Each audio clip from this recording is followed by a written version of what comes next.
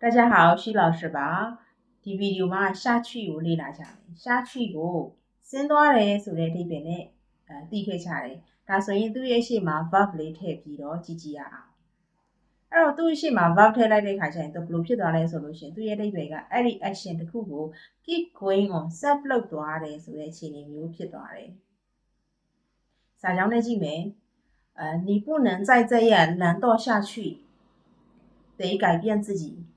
你不能你လုပ်လို့မရဘူး再这样ဒီလိုမျိုးလန်တော့ဆိုတာပြင်းတာ下去ဆိုတော့လန်တော့下去ဆိုရင်ဆက်ပြီးတော့ပြင်းနေမယ်ဆိုရင်အဲ့တော့不能ထဲတဲ့အတွက်နင်ဒီတိုင်းဆက်ပြီးပြင်းနေလို့မရဘူး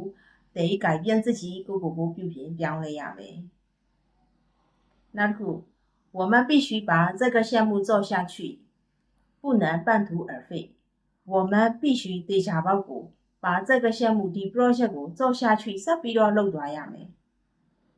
不能半途而废半途而废ဆိုတာကချိန်语တစ်ခုဖြစ်တယ်ချိန်语တွေကများသောအားဖြင့်၄လုံးရှိတယ်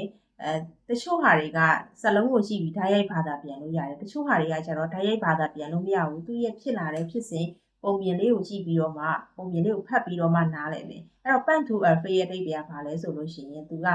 ပညာတစ်ခုကိုသင်ယူတယ်ပေါ့နော်အလုပ်တစ်ခုကိုလုပ်တယ်လုပ်ရင်းနဲ့လမ်းတစ်ဝက်မှာသူမလုပ်တော့ဘူးရက်လိုက်တယ်အဲ့တော့ရက်လိုက်တဲ့အခါမှာသူဘာဖြစ်သွားလဲဆိုလို့ရှိရင်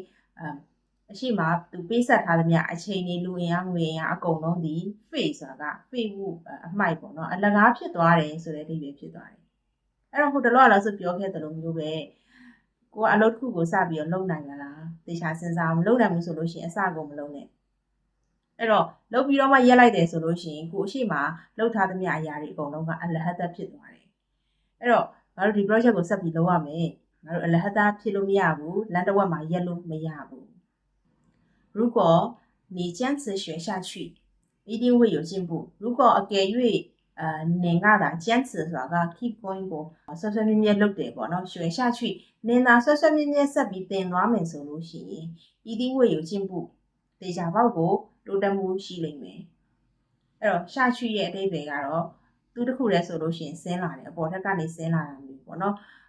verb ထည့်လိုက်တဲ့အခါမှာသူကဒီ action တစ်ခုကိုဆက်ပြီးတော့လုပ်သွားတယ်ဆိုတဲ့အဓိပ္ပာယ်ဖြစ်သွားတယ်